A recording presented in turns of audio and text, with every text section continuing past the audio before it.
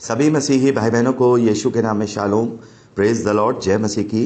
Yeshu the saviour ministry और मैं प्रभु यीशु मसीह में आपका भाई जेम्स आप सभी का इस बाइबल अध्ययन कार्यक्रम में एक बार फिर से बहुत बहुत स्वागत करते हैं। परमेश्वर का धन्यवाद करते हैं।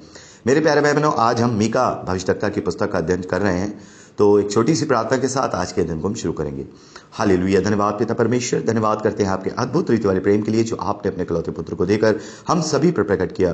धन्यवाद करते महान पिता परमेश्वर आपके अनुग्रह, आपके महान प्रेम, आपकी तमाम स्वर्गीय और आत्मिक आशीषों के लिए। धन्यवाद करते हैं इस बाइबल स्टडी प्रोग्राम के लिए जिससे हम आत्मिक रूप से आशीषित हो रहे हैं।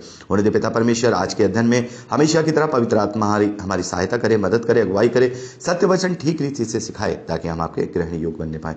पिता सारी व्यवस्थाओं को रिकॉर्डिंग किए जाने को, वचन को समझने समझाए जाने को, हर एक बात को पिता हम आपकी अगुवाई में सौंपते हैं। आप हमारी मदद कीजिए। सारा आदर देते हैं, सारी महिमा देते हैं और इस प्रार्थना को अपने उद्धार करता प्रभु यीशु के सामर्थ्य और पवित्र नाम में मांगते हैं, आमीन।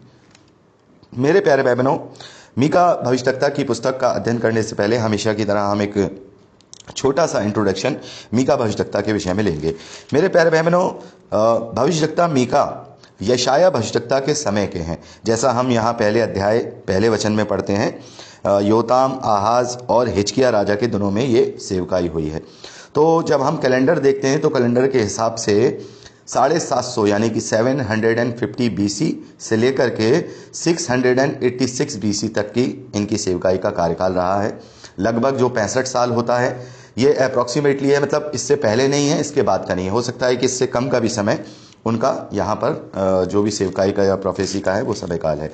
तो मेरे प्यारे भाई बहनों, यहाँ पर यशाया भविष्यवक्ता भी हैं और यहाँ पर हम देखते हैं मीका भविष्यवक्ता भी हैं। लेकिन साथ के साथ हम देखते हैं आमोस भविष्यवक्ता भी वहाँ ऊपर के क्षेत्र में वहाँ भविष्यवाणी कर रहे हैं। जैसा आपको पता है कि परमेश्वर ने हमेशा अपने दास भविष्यवक्ताओं को चेतावनी देने के लिए, आगे आने वाले विनाश के लिए उनको चेताया है कि अभी भी मन फिराओ। तो यहाँ पर मीका भविष्यवक्ता का जो कार्य है वो भी इसी प्रकार का है। जैसे यशाया उस वक्त तो थे, लेकिन यशाया भविष्यवक्ता उस वक्त यरूशलेम के आसपास के एरिया में अपनी सेवकाई करते थे। लेकिन यहाँ जो ये मीका भविष्यवक्ता है ये भी यहूदा के देश में ही है, लेकिन यहूदा के दक्षिण में, बिल्कुल दक्षिण में, जिसे हम कह सकते हैं जो यरूशलेम है उससे 20 मील नीचे साउथ वेस्ट में ये शहर है जिसका नाम है मोरेशेत। और उसके आसपास के जो ट्राइब्स हैं जो रहा करते थे ये वहाँ पर उन्होंने ये भविष्यवाणी की है और इन्होंने भी यहाँ चेताया है, सारी चीज़ें की हैं और लोगों को समझाने का प्रयास किया। और भविष्य में परमेश्वर के उस उद्धार के विषय में भी इस पुस्तक में चर्चा हुई है। बहुत ही सटीक तरीके से बेतलेहम का नाम लेकर प्रभु यीशु मसीह के विषय में जो है भविष्यवाणी हुई है। और मेरे प्यारे भाई बहनों, मैं आपको बताना चाहता हूँ, हमने यशाया भविष्यवक्ता की पुस्तक को पढ़ा है, उसमें 66 किताबें हैं और उस 66 अध्याय हैं।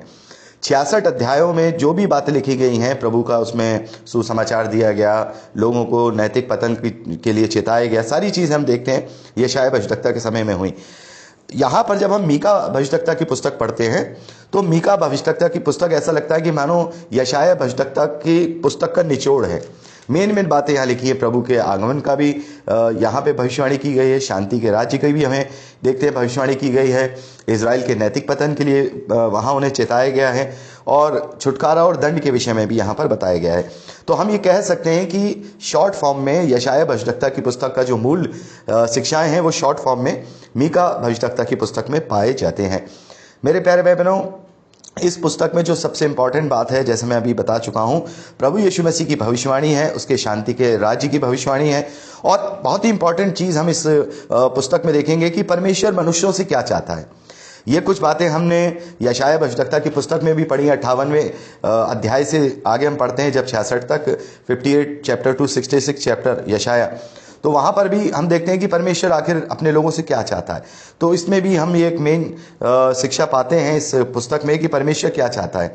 चौथी बात हम इस पुस्तक में पाते हैं कि इजरायलियों का बिल्कुल नैतिक पतन हो चुका है और उनके आने वाले विनाश की भविष्यवाणी जो यहूदा के लिए की गई है।